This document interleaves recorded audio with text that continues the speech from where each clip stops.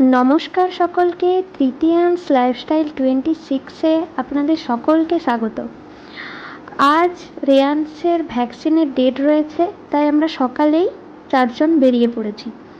উড়িষ্যাতেই আমরা রেয়ান্সের ভ্যাকসিনটা দিই, কারণ প্রত্যেক ভ্যাকসিনে বাড়ি যেয়ে ভ্যাকসিন দেওয়া সেটা তো আর পসিবল নয়, তাই এখানেই আমরা সার্ভিসটা নিই। আমরা উড়িষ্যার যাজপুর ডিস্ট্রিক্টের পানিকোলিতে থাকি। তো পানিকোলি থেকে আমরা বেরিয়ে পড়েছি। এটা পানিকোলির মেন বাজার, সেটা দিয়েই আমরা যাচ্ছি। প্রত্যেকবার এখানে কিন্তু আলাদা আলাদা সেন্টার করা হয়, এখানের নিয়মটা একটু আলাদা। এখানে একটা সেন্টারে ভ্যাকসিন দেওয়া হয় না, কারণ এখানে অনেক গ্রাম রয়েছে ভেতর দিকে, সেখানকার মানুষরা ভ্যাকসিন সম্বন্ধে এখনও সিরিয়াস না, তাই প্রত্যেকবার প্রত্যেকটা গ্রামে সেন্টার করা হয় এবং সেখানে কিন্তু ভ্যাকসিনটা দেওয়া হয়। এত ভেতর দিকে গ্রামগুলো থাকে, আমরা প্রত্যেকবারই বুঝতে পারি না, গুগল ম্যাপেও সেভাবে শো করে না গ্রামের নামটা। তো আমরা দিদিকে প্রত্যেকবার ফোন করি এবং দিদি আমাদেরকে রাস্তাটা বলে দেয় কিভাবে আসতে হবে, সেই রাস্তা দিয়েই আমরা দেখুন চলেছি। রেয়ান্স সকালেই উঠে পড়েছে। তো দিদি আজকে বলেছিলেন যে সকাল সকাল বেরিয়ে পড়তে। আমাদের একটু দেরি হয়ে গেল, কারণ ভেবেছিলাম মেয়েটাকে নিয়ে যাব না, কিন্তু বেরোনোর আগেই ও উঠে গেল। তো খাইয়ে দাইয়ে রেডি করে ওকে আনতে হলো, সেই কারণে একটু তো দেরি হলোই।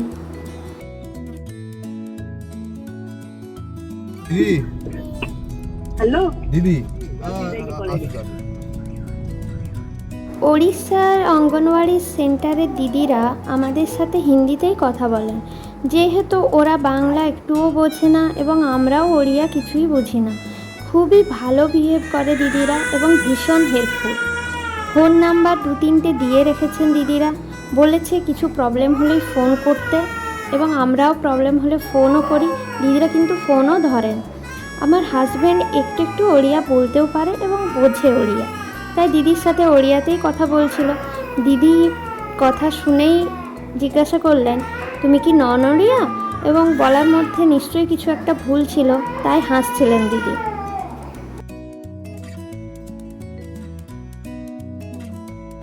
অনেকক্ষণ খোঁজার পর আমরা খুঁজে পেলাম।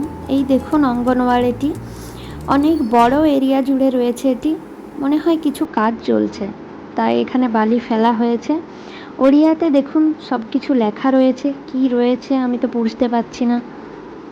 চারিদিকে খুব সুন্দর পেন্টিং করা রয়েছে আর অনেক কিছু লেখা রয়েছে। চলুন, এটাই হলো অঙ্গনওয়াড়ির ভেতরটা। অনেকজন অলরেডি চলে এসেছে। দিদি আমাদের ফোন করে বলেছিলেন যে সকাল সকাল চলে আসতে, কেউ থাকবে না, কিন্তু দেরি হয়ে গেল। মেয়ে দেখুন খেলতে ব্যস্ত এখানে। উড়িষ্যাতে আমি দেখেছি সমস্ত অঙ্গনওয়াড়ি সেন্টারেই এই রকম প্রচুর খেলার জিনিস রয়েছে বাচ্চাদের, যাতে বাচ্চাদের খেলার কোনো অসুবিধা না হয়, বাচ্চারা যাতে এগুলোতে এঙ্গেজ থাকে, সেই জন্যই এগুলো করা হয়েছে হয়তো।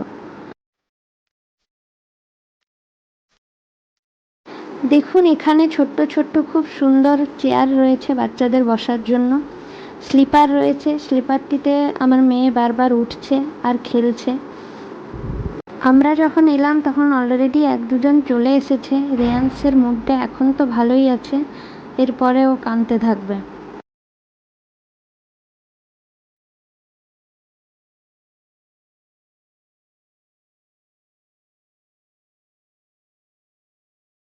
ভ্যাকসিনের দিন এলে আমার মনটা ভীষণ খারাপ হয়ে যায়, কারণ সারা দিন ও যেভাবে কান্নাকাটি করে একদমই ভালো লাগে না আমার।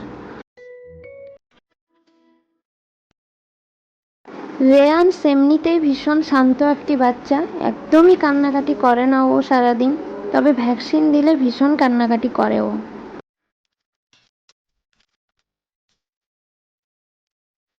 ভ্যাকসিন সব সময় সঠিক সময় দেবেন এবং এর সাথে বাচ্চার ওয়েট এবং লেন্থ অবশ্যই মেপে নেবেন।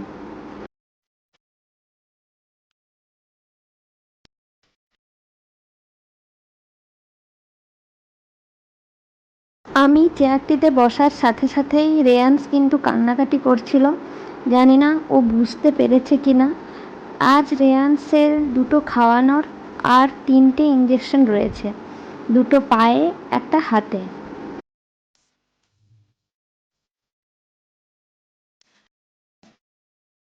ওর সাথে অঙ্গনওয়াড়ি দিদি কথা বলছে, তার সাথে আমার সাথেও বলছে যাতে ও না কাঁদে।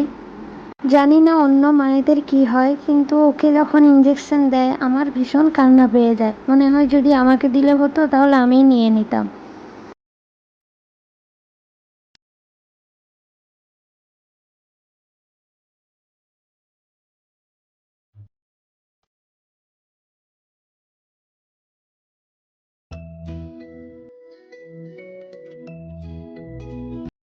এখন মুখেরটা ওকে খাইয়ে দিচ্ছে দিদি ভালোভাবে, আস্তে আস্তে একটু একটু করে।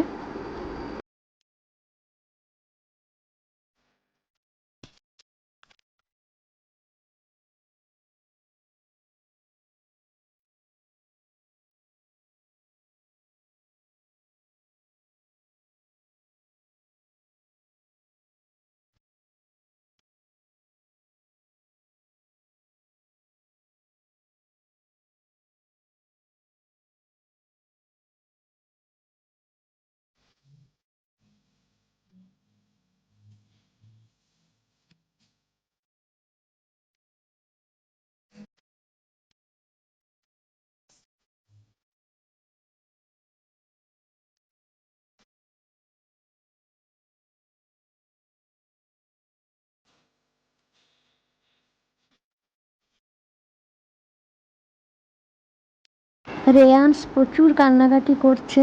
দেখুন হাতের ইঞ্জেকশনটা ওকে দিচ্ছে। আমারও একদমই মনটা ভালো নেই, খুব খারাপ লাগছে, বাট কি করা যাবে, দিতে তো হবেই।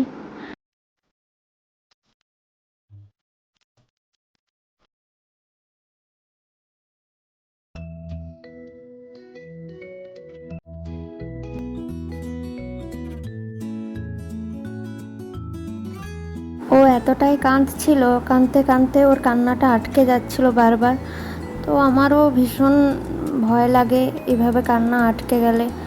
তো এই পায়ের ইঞ্জেকশনটা দেখুন দিচ্ছে। আমরা বাড়ি চলে এসেছি। ওকে আমি সারা দিন কোলে রেখেছি, কোল থেকে নামতে একদমই চাইছে না। রাত্রে ওর ভীষণ জ্বর এসেছে। ডক্টর প্যারাসিটামল যেটা দিয়েছিলেন ওটাই খাওয়ানো হয়েছে, তারপর জ্বরটা একটু কমলো।